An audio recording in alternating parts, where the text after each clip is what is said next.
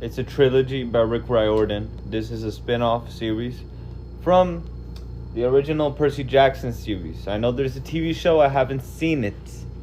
I want to, but I really wanted to hurry up and finish the series real quick because I'm still on the Kane Chronicles. I haven't even read The Lost Hero, and so I'd like to read it because the seasons are gonna be coming out real fast. They already casted Nico D'Angelo for whatever reason. I don't know, for Titan's Curse, I hope. I think it is for Titan's Curse. But they're just moving really fast. And let's say season 5 comes out. I don't know the timeline for the King Chronicles, but if it's in the same timeline Percy Jackson was happening, they might start pumping out these seasons back to back. And I don't want any spoilers. Yeah, I just don't want any risks. You know what I mean?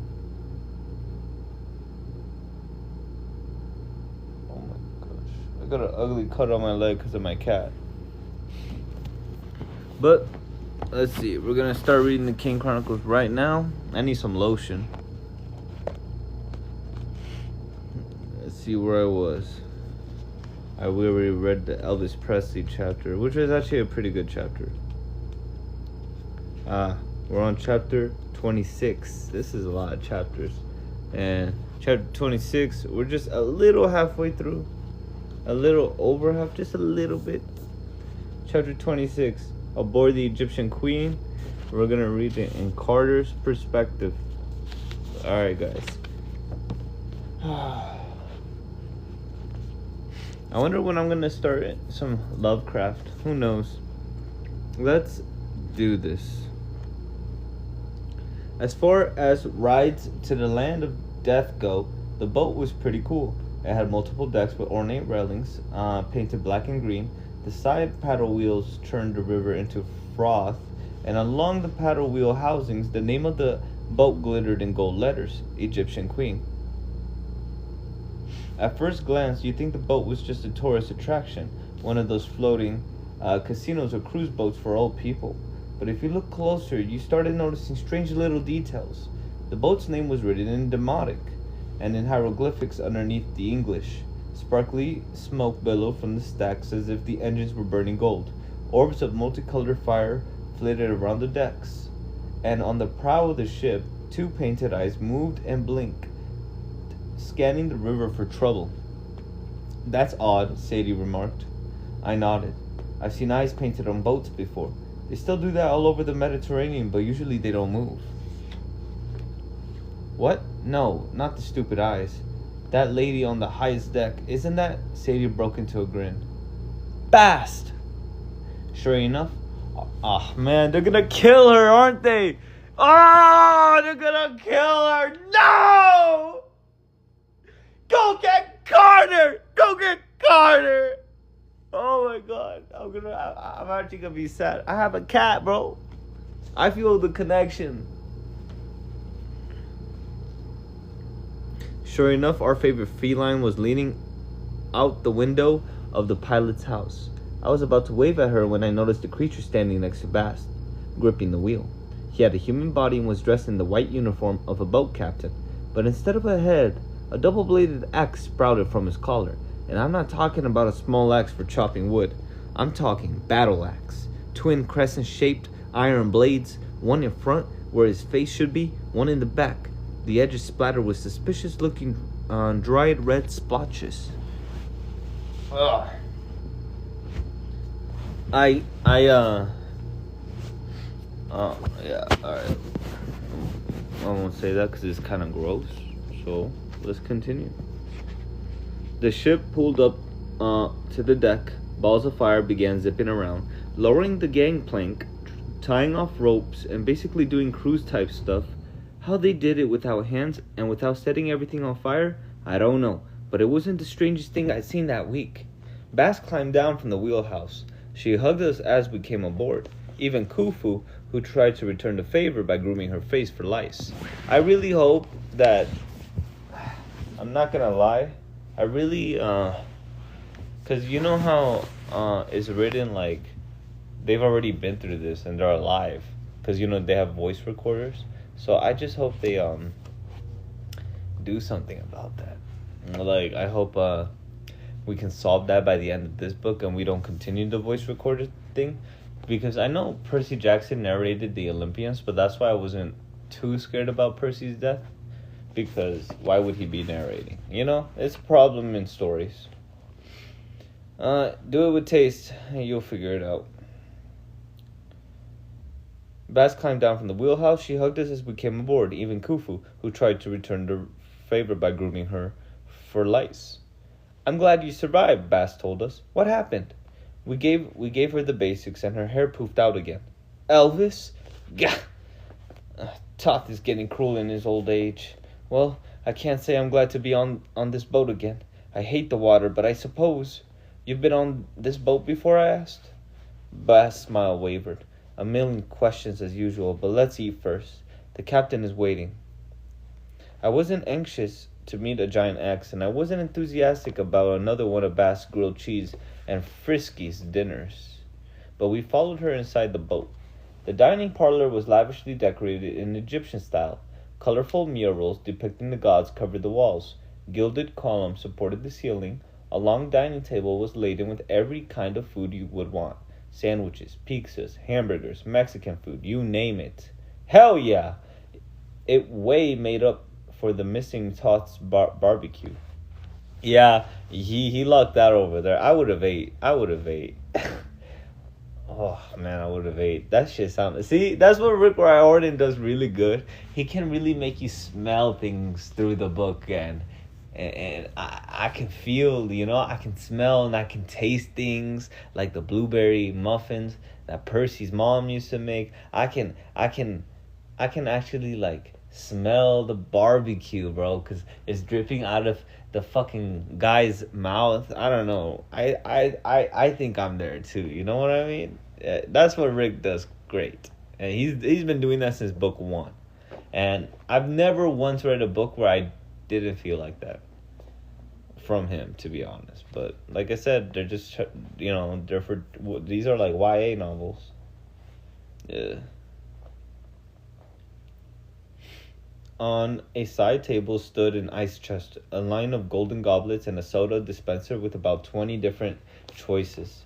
The mahogany chairs were carved to look like baboons, which reminded me a little too much of Graceland's jungle room, but Khufu thought they were okay. He barked at his chair just to show it who was top monkey, then sat on its lap. He picked an avocado from a basket of fruit and started peeling it.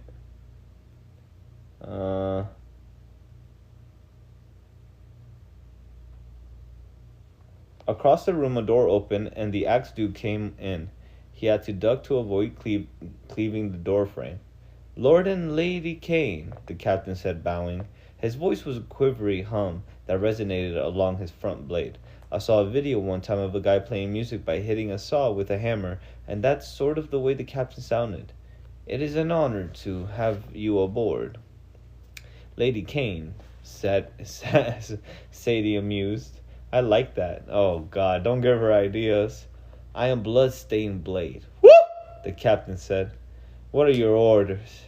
Sadie raised an eyebrow at Bast. He takes orders from us? Within reason, Bast said. He is bound to your family, your father. She cleared her throat. Well, he and your mother summoned this boat.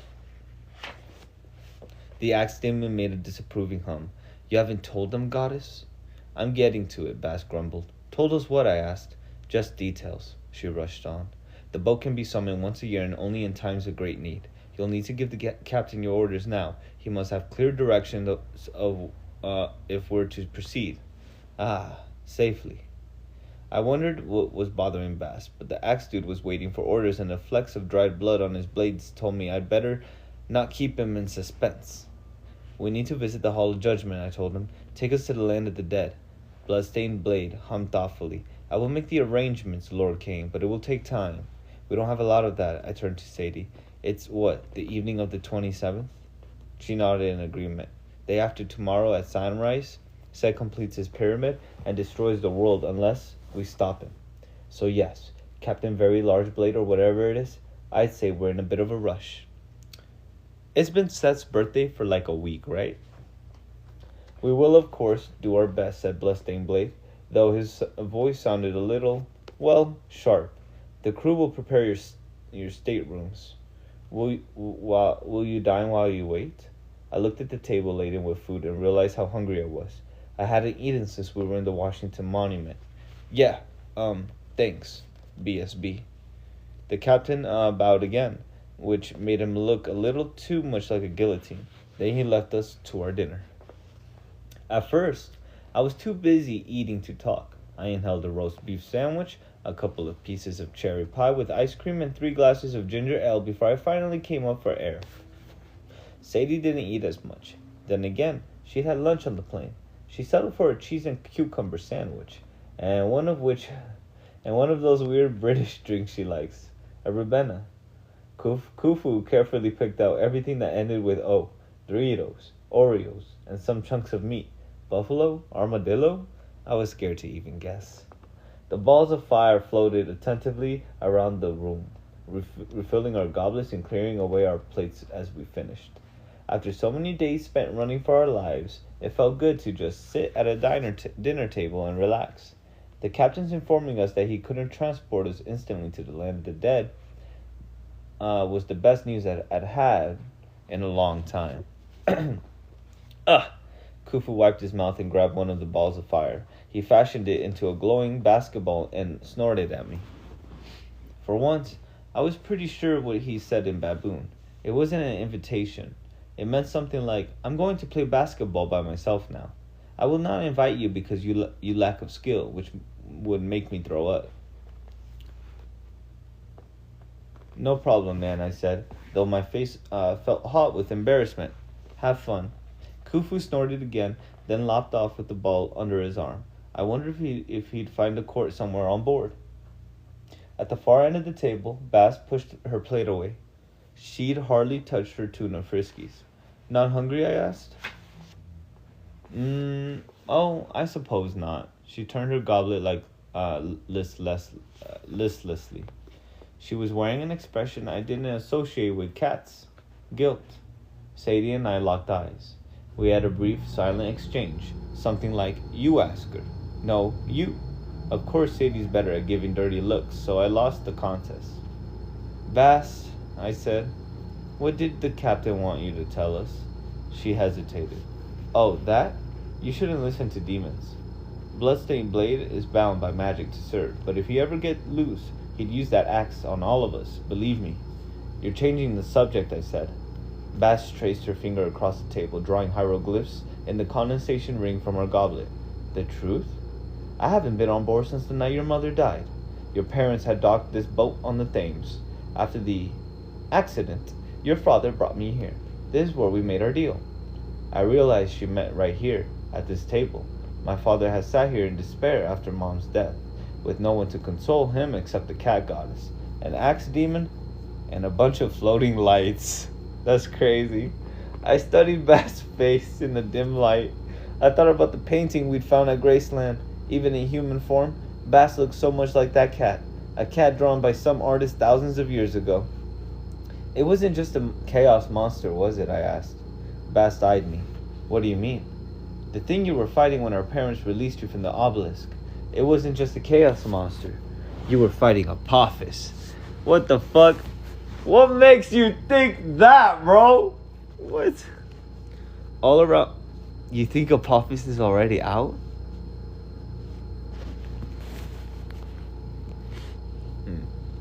All around the parlor, the servant fires dimmed. One dropped a plate and fluttered nervously. Don't say the serpent's name, Bass warned, especially as we head into the night. Night is his realm. It's true then. Sadie shook her head in dismay. Why didn't you say anything? Why did you lie to us? Bass dropped her gaze. Sitting in the darkness, she looked weary and frail. Her face was etched with the traces of old battle scars. I was the Eye of Ra, she spoke quietly, the sun god's champion, the instrument of his will.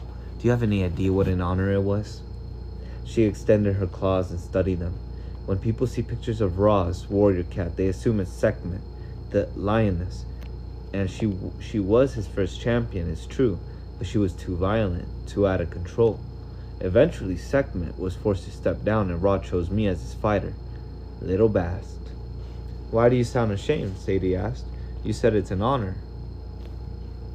At first I was proud, Sadie. I fought the serpent for ages. Cats and snakes are mortal enemies. I did my job well. But then Ra withdrew to the heavens. He bound me to the serpent with his last spell. He cast us both into the abyss where I was charged to fight the serpent and keep it down forever.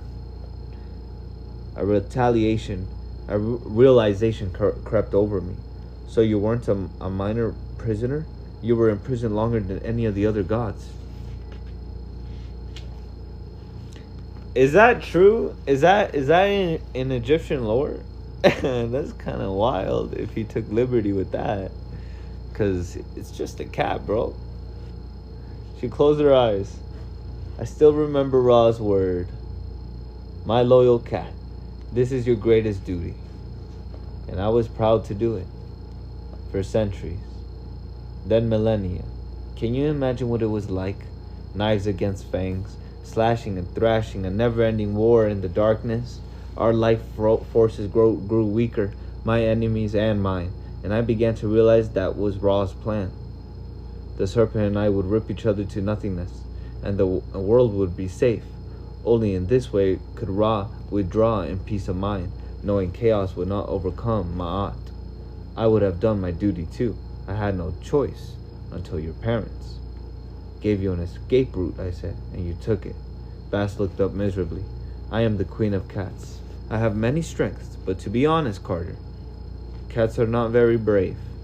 And your enemy, he stayed trapped in the abyss. Your father and I were sure of it. The serpent was already greatly weakened from eons of fighting with me, and when your mother used her own life force to close the abyss, well, she worked a powerful feat of magic. There should have been no way for the serpent to break through that kind of seal, but as the years have gone by, we became less and less sure the prison would hold him. If somehow he managed to escape and regain his strength, I cannot imagine what would happen, and it would be my fault. I tried to imagine the serpent Apophis, a creature of chaos even worse than Set. I pictured Bast with her knives locked in combat with that monster for eons. Maybe I should have been angry at Bast for not telling me the truth earlier. Instead, I felt sorry for her. She'd been put in the same position we were now in, forced to do a job that was way too big for her. So, why did my parents release you, I asked. Did they say? She nodded slowly. I was losing my fight. Your father told me that your mother had foreseen horrible things if the serpent overcame me. They had to free me, give me time to heal. They said it was the first step in restoring the gods. I don't pretend to understand their whole plan. I was relieved to take your father's offer. I convinced myself I was doing the right thing for the gods, but it does not change the fact that I was a coward. I failed in my duty. It isn't your fault, I told her. It wasn't fair or raw to ask of you. Carter's right, Sadie said. That's too much sacrifice for one person. One cat goddess, whatever. It was my king's will, Bast said. The pharaoh can command his subjects for the good of the kingdom, even to lay down their lives, and they must obey. Horus knows this. He was the pharaoh many times. She speaks truly, Horus said. Then you had a stupid king, I said. The boat shuddered as if we'd ground the keel over a sandbar. Be careful, Carter, Bast warned. Ma'at, the order of creation, hinges on loyalty to the rightful king. If you question it, you'll fall under the influence of chaos. I felt so frustrated. I wanted to break something. I wanted to yell that order didn't mean much better than chaos if you had to get yourself killed for it. You are being childish, Horus scolded. You are a servant of Ma'at. These thoughts are unworthy. My eyes stunk. Then maybe I'm unworthy. Carter? Sadie asked. Nothing, I said. I'm going to bed. I stormed off. One of the flickering lights joined me, guiding me upstairs to my quarters. The stateroom was probably very nice. I didn't pay attention. I just fell on the bed and passed out. To be honest, I don't know if I would fall asleep in hell. I seriously needed an extra strength magic pillow because my ba refused to stay put. And no, Sadie, I don't think wrapping my head in duct tape would have worked either. My spirit floated up to the steamboat's wheelhouse, but it wasn't bloodstream blade at the wheel. Instead, a young man in leather armor navigated the boat. His eyes were outlined with coal, and his head was bald except for a braided ponytail. The guy definitely worked out because his arms were ripped. A sword like mine was strapped to his belt. "The river is treacherous," he told me in a familiar voice. "A pilot cannot get distracted. He must always be alert of sandbars. A pilot cannot get distracted. He must always be alert of sandbars and hidden snags. That's why boots are painted with my eyes, to see the dangers." "The eyes of Horus," I said. "You." The falcon god glanced at me, and I saw that his eyes were two different colors, one blazing yellow like the sun, the other reflective silver like the moon. The effect was so disorienting I had to look away, and when I did, I noticed that Horus's shadow didn't match his form. Stretched across the wheelhouse was the silhouette of a giant falcon. "You wonder if order is better than chaos," he said. "You become distracted from our real enemy, Set. You should be taught a lesson." I was about to say, "No, really? That's okay." But immediately, my bob was whisked away. Suddenly, I was on board an airplane, a big international aircraft like planes my dad and I had taken 1,000,000 times. Zia, Rashid, Desjardins, and two other magical magicians were scrunched up in the middle row, surrounded by families with screaming children. Zia didn't seem to mind.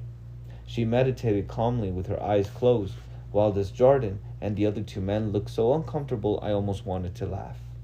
The plane rocked back and forth. Desjardins spilled wine all over his lap. The seatbelt light blinked on, and a voice cackled over the intercom. "This is the captain. It looks like we'll be experiencing some minor turbulence as we make our descent into Dallas, so I'm going to ask the flight attendants." Boom! A blast rattled the window. Lightning followed immediately by thunder. Zia's eyes snapped open. "The Red Lord!" The passengers screamed in the plane, and as the plane plummeted several hundred feet. "Il commence!" Desjardins shouted over the noise. "Quickly!"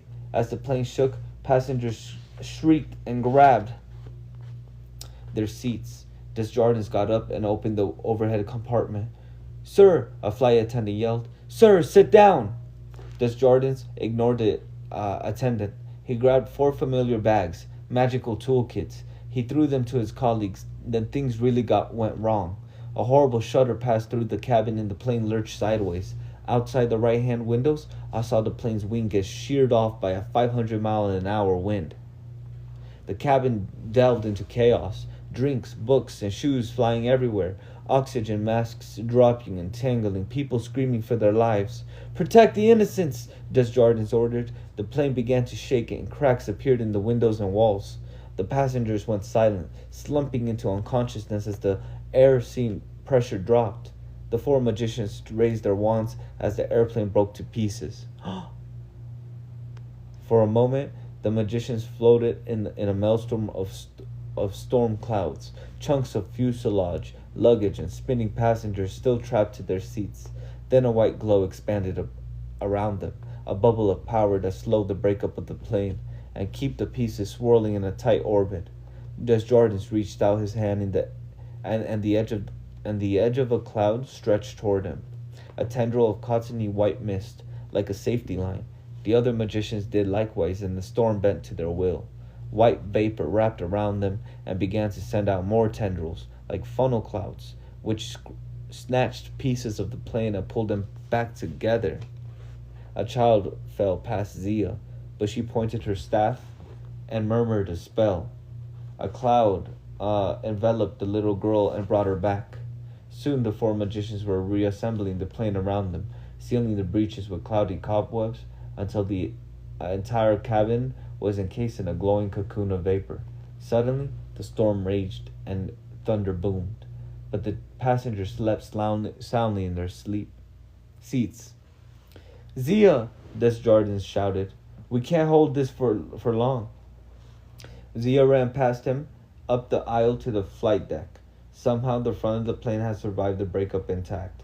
The door was armored and locked, but Zia's staff flared, and the door melted like wax. She stepped through and found 3 unconscious pilots. The view through the window was enough to make me sick. Though the spiraling clouds, the ground was coming up fast, very fast.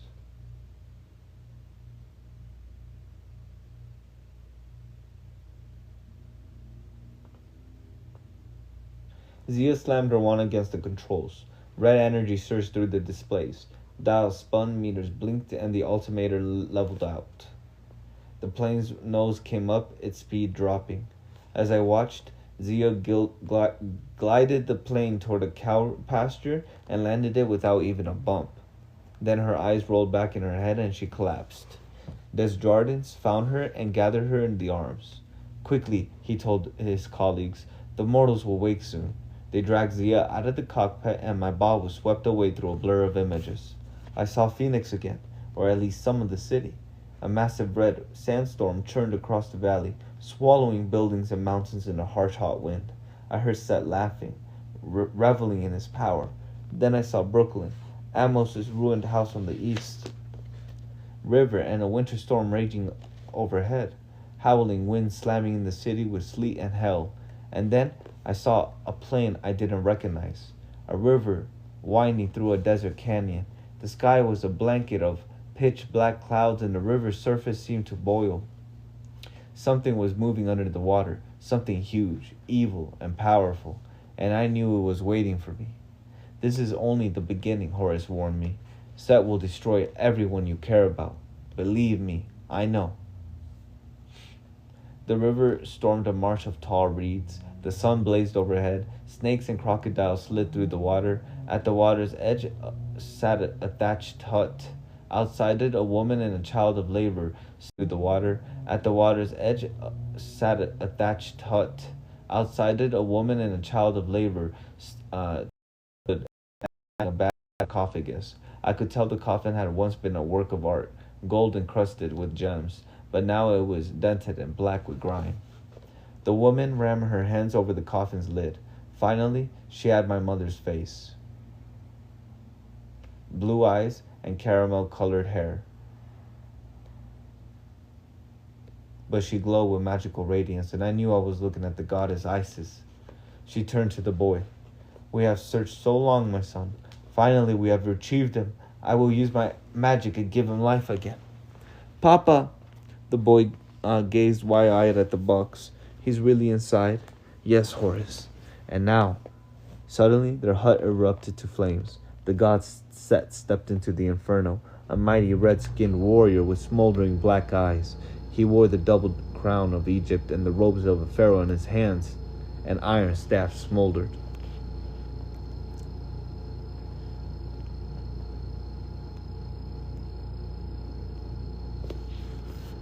Found the coffin, did you? He said. Good for you. Isis reached toward the sky. She summoned lightning against the god of chaos, but Set's rod absorbed the attack and reflected it back at her. Arcs of electricity blasted the goddess and sent her sprawling. Mother! The boy drew a knife and charged Set. I'll kill you! Set bellowed with laughter. He easily sidestepped the boy and kicked him into the dirt. You have spirit, nephew, Set admitted. But you won't live long enough to challenge me. As for your father, I'll just have to dispose of him more permanently. Set slammed his iron staff against the coffin's lid. Isis screamed as the coffin shattered like ice. Make a wish! Set blew with all his might, and the shards of coffin flew into the sky, scattering in all directions. Poor Osiris. He's gone to pieces, scattered all over Egypt now. And as for you, Sister Iris, sighed Isis, run! That's what you do best! That's lame. Set lunged. He's crazy though. Set lunged forward. Isis grabbed her son's hand, and they both turned into birds, flying for their lives. The scene faded, and I was back in the steambox wheelhouse. The sun rose in fast forward as towns and barges sped past, and the banks of the Mississippi blurred into a play of light and shadow. He destroyed my father, Horace told me. He will do the same to yours. No, I said. Horace fixed me with those strange eyes, one blazing gold, one full moon silver. My mother and Aunt Nephthys spent years searching for the pieces of the coffin and father's body. When they collected all 14, my cousin Anubis helped bind my father back together with mummy wrappings. But still, mother's magic could not bring him back to life fully. Osiris became an undead god, a half-living shadow of my father, fit to rule only in the Dua. But his loss gave me anger. Anger gave me the strength to defeat Set and take the throne for myself. You must do the same. I don't want a throne, I said. I want my dad. Don't deceive yourself. Set is merely toying with you. He will bring you to despair, and your sorrow will make you weak. I have to save my dad. That is not your mission, Horace chided. The world is at stake. Now wake. Sadie was shaking my arm. She ambassaded over me, looking concerned. What? I asked. We're here, Sadie said nervously.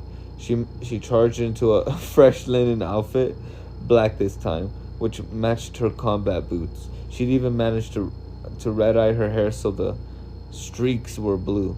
I sat up and realized I felt rested for the first time in a week. My soul may have been traveling, but at least my body had gotten some sleep. I glanced out the stateroom window. It was pitch black outside. How long was I out? I demanded. We sailed down most of the Mississippi and into that. Do what? Bass said. Now we approached the first cataract. The first cataract? I asked. The entrance, Bass said grimly. To the land of the dead. Chapter 27 in Sadie's perspective. A demon with free samples. Well, we're definitely a little over halfway through. That makes me happy. I really want to read the mote in God's eye. Alright guys, I'm gonna take a pause real quick. I'll be back.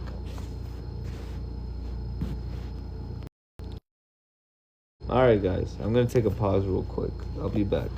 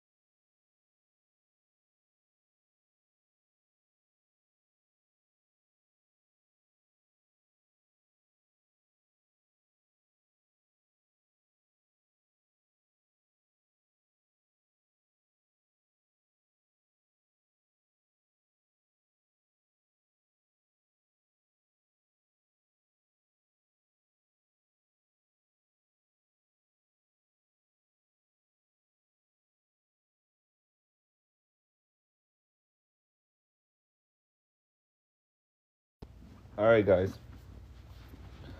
We're gonna go back to the Kane Chronicles by Rick Riordan.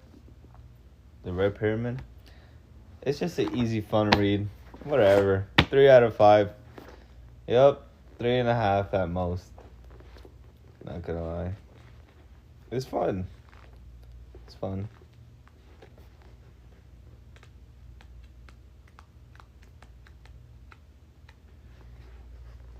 Alright, this is where we are. Chapter 27. A demon with free samples. We're still in Sadie's perspective. Oh, no. I think we were just in Carter's perspective, weren't we? Damn. I creased the spine. Pretty good. Yeah, we were in Carter's perspective. Me? I slept like the dead, which I hope wasn't a sign of things to come.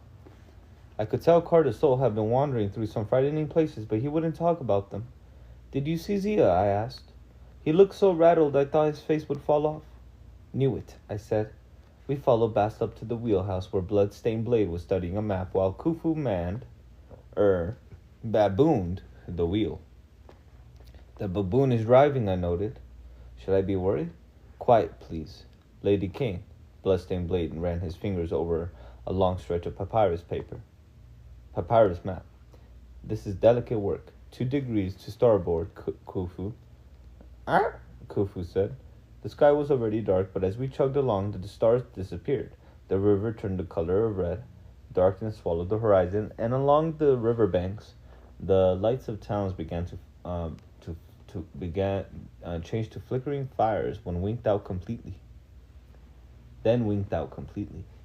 Now our only lights were the multicolored serpent fires and the glittering smoke that bloomed from the smoke stacks, washing us all in a weird metallic glow. Should be just ahead, the captain announced. In the dim light, with his red-flexed axe blade looked scarier than ever. What's that map? I asked. Spells of coming forth by day, he said. Don't worry, it's a good copy. I looked at Carter for a translation. Most people call it the Book of the Dead, he told me. Rich Egyptians were always buried with a copy, so they could have directions through the Duat to the land of the dead. It's like an idiot's guide to the afterlife. The captain hummed indignantly. I am no idiot, Lord Kane. No, I just meant, Carter's voice faltered. What is that? Ahead of us, cargo of rock jutted from the river like fangs, turning the water into a boiling mass of rapid. The first cataract, Bloodstained Blade announced. Hold on. Khufu pushed the wheel to the left, and the steamboat skidded sideways, shooting between two rocky spires with only centimeters to spare. I'm not much of a screamer, but I'll readily admit that I screamed my head off. And don't look at me like that, Carter. You weren't much better. We dropped over a stretch of white water, or red water, and swerved to avoid a rock the size of Paddington Station. The steamboat made two more suicidal turns between boulders, did a 360 spin around a swirling vortex, launched a 10-meter waterfall, and came crashing down so hard my ears popped like a gunshot. We continued downstream as if nothing had happened. You know, if he took his time, and then he actually could have made this whole first chapter just, it would have been pretty epic to read. But no, he just wanted to list it. We continued downstream as if nothing had happened, the roar of the rapids fading behind us. I don't like cataracts, I decided. Are there more? Not as large, thankfully, said Best, who was also looking seasick. We've crossed over into the land of the dead, Carter finished. He pointed to the shore, which was shrouded in mist.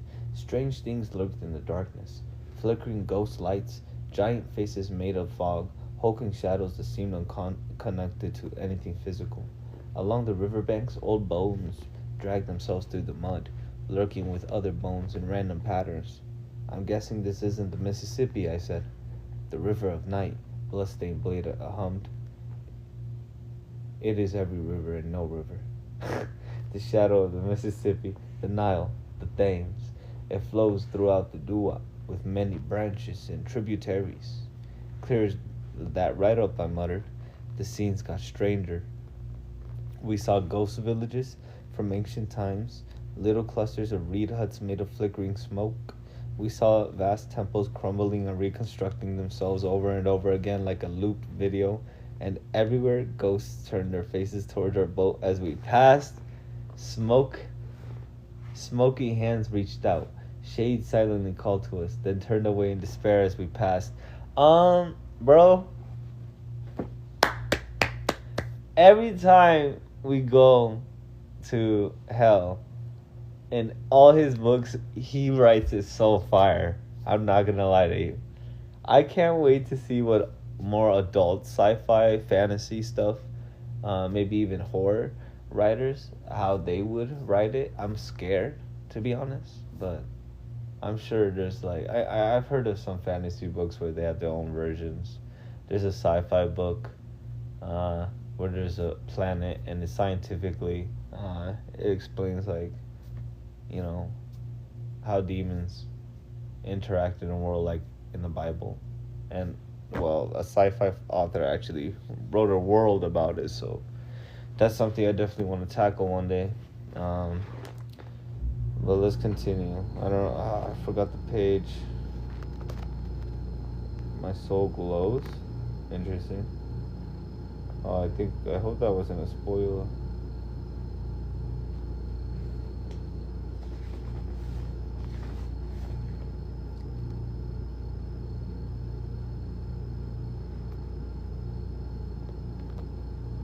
Yeah.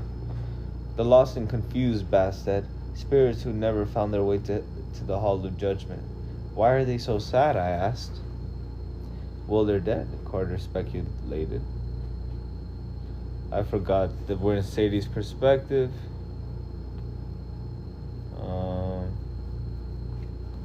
Well, they're dead, Carter speculated. No, it's more than that, I said. It's like they're expecting someone. Ra, Bass said. For eons, Ra's glorious sunboat would travel this route each night, fighting off the forces of Apophis. She looked around nervously as if remembering old ambushes. It was dangerous every night, a fight for existence. But as he passed, Ra would bring sunlight and warmth to the Duat, and these lost spirits would rejoice, remembering the world of the living. But there's a legend, Carter said. The earth revolves around the sun. The sun never actually descends under the earth. Have you learned nothing of Egypt? Bast asked. Conflicting stories can be equally true. The sun is a ball of fire in space, yes, but its image, you see, it crosses the sky, the life-giving warmth and light brings to the earth. That was embodied by Ra. The sun was his throne, his source of power, his very spirit. But now Ra has retreated into the heavens. He sleeps, and the sun is just the sun. Ra's boat no longer travels in its cycle through the Duat. He no longer lights the dark, and the dead feel his absence most keenly. Indeed, Bloodstained Blade said, though he didn't sound very upset about it. Legend says the world will end when Ra gets too tired to continue to living in his weakened state. Apophis will swallow the sun. Darkness will reign. Chaos will overcome Ma'at, and the serpent will reign forever. Part of me thought that was absurd.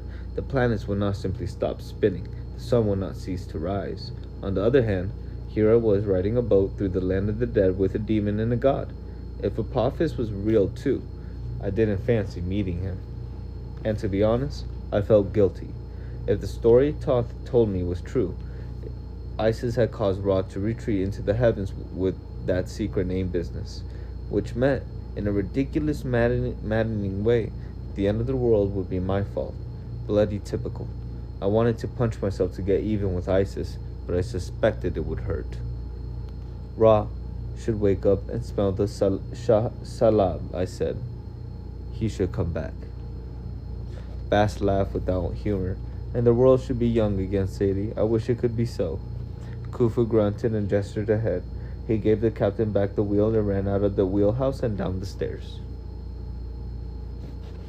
The baboon is right, said Bloodstained Blade. You should get to the prow. A challenge will be coming soon. What sort of challenge? I asked. It's hard to tell, Bloodstained Blade said, and I thought I detected smug satisfaction in his voice. I wish you luck, Lady Kane. Why me? I grumbled. Bass, Carter, and I stood at the prow of the boat, watching the river appear out of the darkness. Below us, the boat's painted eyes glowed faintly in the dark, sweeping beams of light across the red water. Khufu had climbed to the top of the gangplank, which stood straight up when retracted, and cupped his hand over his eyes like a sailor in a crow's nest. But all that vigilance didn't do much good. With the dark and the mist, our visibility was nil. Massive rocks, broken pillars, and crumbling statues of pharaohs loomed out of nowhere, and Bloodstained Blade yanked the wheel to avoid them, forcing us to grab hold of the rails. Occasionally, we'd see long, slimy lines cutting through the surface of the water, like tentacles, or the backs of submerged creatures. I really didn't want to know. Is that a callback to Sea of Monsters? Mortal souls are always challenged, Bass told me. You must prove your worth to enter the land of the dead, like it's such a big treat. I'm not sure how long I started into the darkness, stared, but after a good while, a reddish smudge appeared in the distance as if the sky was becoming lighter. Is that my imagination or our destination? Bass said. Strange, we really should have been challenged by now. The boat shuddered, and the water began to boil. A giant figure erupted from the river. I could see him only from the waist up, but he towered several meters over the boat. His body was humanoid, bare-chested, and hairy with purplish skin. A rope belt was tied around his waist, festooned with leather pouches, severed demon heads, and other charming bits and bobs. His head was a strange combination of lion and human, with gold eyes and a black mane, done in dreadlocks. His black splattered mouth was feline, with bristly whiskers and razor-sharp fangs. He roared, scaring Khufu right off the gangplank. The poor baboon did a flying leap into Carter's arms, which knocked them both to the deck. You had to say something, I told Bass weakly. This is a relative of yours, I hope? Bass shook her head. I cannot help you with this, Sadie. You are the mortals. You must deal with the challenge. Oh, thanks for that. I am Shezmu, the bloody lion man said. I wanted to say, yes, you certainly are, but I decided to keep my mouth shut. He turned his golden eyes on Carter and tilted his head. His nostrils quivered. I smell the blood of pharaohs. A taste you treat. Or do you dare to name me? Name you? Carter sputtered. Do you mean your secret name? The demon laughed. He grabbed a nearby spire of rock which crumpled like old plaster in his fist. I looked desperately at Carter. You didn't happen to have his secret name lying around somewhere? It may be in the Book of the Dead, Carter said. I forgot to check. Well, I said. Keep him busy, Carter replied, and scrambled off to the wheelhouse. Keep a demon busy, I thought. Right. Maybe he fancies a game of tiddlywinks. Do you give up? Shazmoon bellowed. No, I yelled. No, we don't give up. We will name you. Just... Gosh, you're quite well muscled, aren't you? Do you work out? I glanced at Bass, who nodded approval. Shazmu. Oh, his name is Shazmu. Rumbled with pride and flexed his mighty arms. Never fails with men, does it? Even if they're 20 meters tall and lion-headed. I am Shezmu, he bellowed. Yes, you might have mentioned that already, I said. I'm wondering, what sort of titles you've earned over the years. Lord of this and that? I am Osiris's royal executioner, he yelled, smashing a fist into the water and rocking the boat. I am the Lord of Blood and Wine. Brilliant, I said, trying not to get sick. How are blood and wine connected exactly? Gah! He leaned forward and bared his fangs, which were not prettier up close. His mane was matted with nasty bits of dead fish and river moss. Lord Osiris lets me behead the wicked. I crush them in my wine press and make wine for the dead. I made a mental... Oh, that's why the river is red. I made a mental note never to drink the wine of the dead. You're doing well. Isis's voice gave me a start. She'd been quiet so long, I'd almost forgotten her. Ask him about his other duties. And what are your other duties, oh powerful wine demon guy? I am Lord of...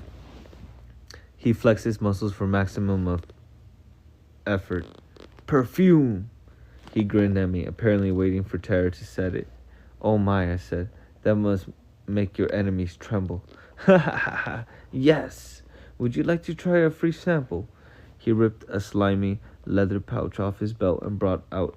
What? A clay pot filled with sweet-smelling yellow powder? I call this eternity? Lovely, I gagged. I glanced behind me, wondering where Carter had gone to, but there was no sign of him. Keep him talking, Isis urged.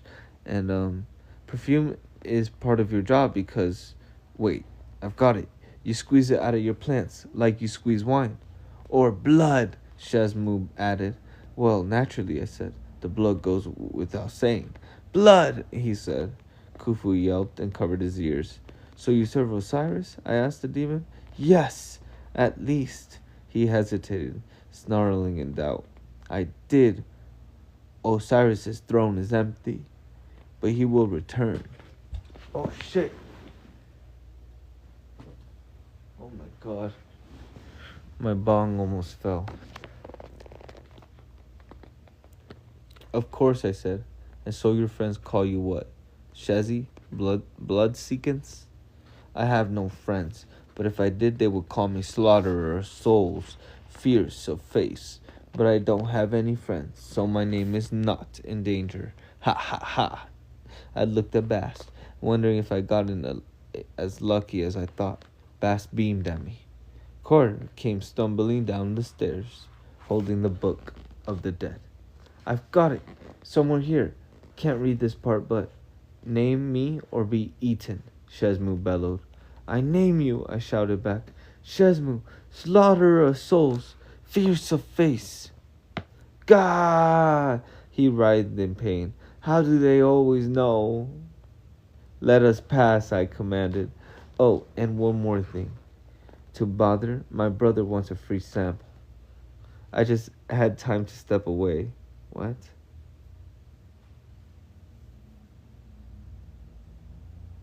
And Carter just had time to look confused before the demon blew yellow dust all over him. Then Shesmu sank under the waves. What a nice fellow, I said. Pah! Carter spit perfume. He looked like a piece of breaded fish. What was that for? You smell lovely, I assured him. What's next, then? I was feeling very pleased with myself until our boat rounded a bend in the river. Suddenly, the reddish glow on the horizon became a blaze of light. Up in the wheelhouse, the captain rang the alarm bell. Ahead of us, the river was on fire, rushing through a steaming stretch of rapids towards what looked like bubbling volcanic crater. The lake of fire, Bass said. This is where it gets interesting. That was my least favorite chapter of the whole book. I didn't like it. I did not like that chapter. I low-key want to stop reading the Kane Chronicles. It's just going to be more of this bullshit, right? Just funny fights. Sometimes they got serious fights, but that one was like just pointless. Rick, look at this. Chapter 28. I have a date with the god of toilet paper.